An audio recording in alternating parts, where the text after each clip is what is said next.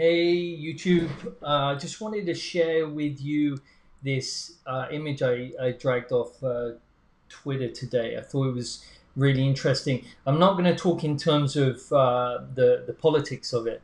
I'll just quickly explain. I want to look at it how it applies to something like cancer.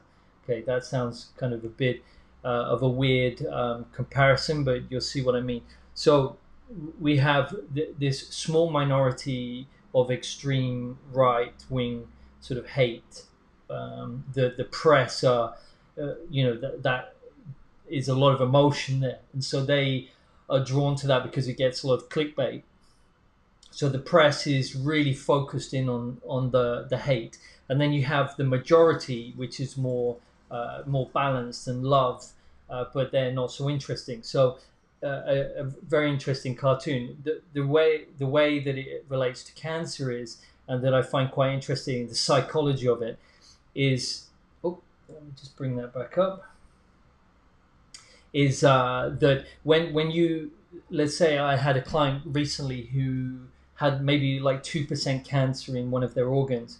Now 2%, so that means 98% is good. But because 2% they found some cancer, the person started to really stress and worry and like, oh my god, it's gonna, cancer's fatal, I'm gonna die. And the psychology is that you imagine that perception to your body becomes extremely shut down, fearful. It has a cascade of hormones that affect the cells. The cells become protective, affects your immune system.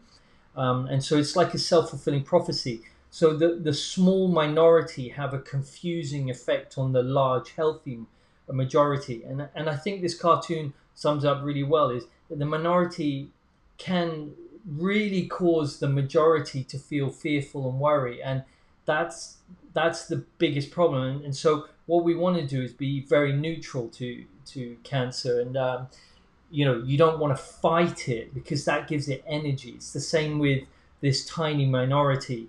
So it's more of a I feel myself getting into people starting to say, well, you should protest against it. I'm not saying you should accept it, like bring it in, but you shouldn't give it too much attention. So more of a neutral, less energy giving um, way of looking at it. So it's more neutral. And I think that cartoon says this very well in, say, the American political system at the moment, and also when you're, looking at something like cancer. So I thought that was very interesting. I wanted to also mention, I had a client last week that I just saw again today. They came to me. The major thing was post-traumatic stress disorder they'd had for years. Um, we worked on that. I think it took about 15 minutes to resolve, and I spoke to them today, and I said, "Do you feel you have post-traumatic stress disorder?" And they said no. So that was something they've been working on for years. Um, but when you know really the underlying causal factors, and they can be resolved instantly, like working with a computer, things don't take long. Not that it wasn't serious. Yes, that can really damage people. But what's serious is talking about it for years and years and not resolving it. So that was really cool. And also, I like Joe Rogan's podcast. I really love it. If you haven't seen it, you check it out. Check it out on YouTube. It's very cool. He was talking with Henry Rollins. I just thought he was a musician, but he's an actor, writer. I mean, the guy's incredible, and I was fascinated by him. He was very honest and open, and just it's just really nice to see how he dealt with life and his psychology. One thing that stuck with me was he said that when he worked with the great actors, it wasn't anything to do with, oh, look at me, ego, look at me, how good I am, I'm brilliant, da da da. Is they all went into their profession with the utmost respect.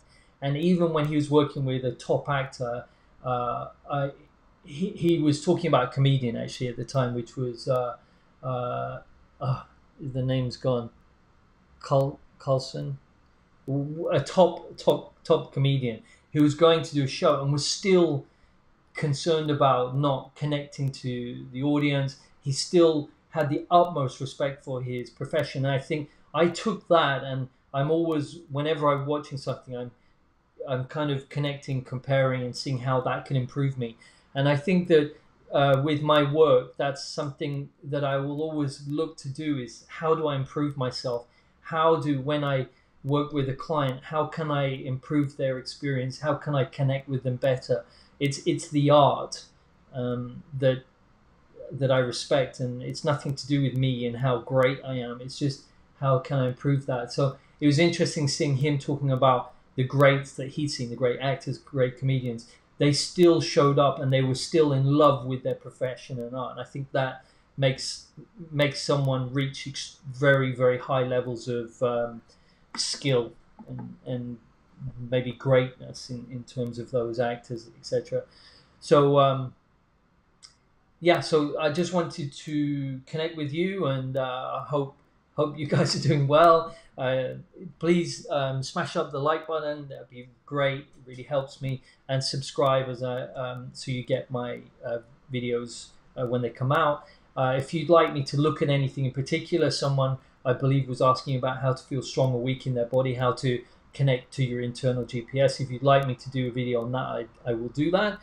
Or if you'd like me to do a video on something else, please don't hesitate to ask. And have a great week. All right. Cheers now. Bye-bye.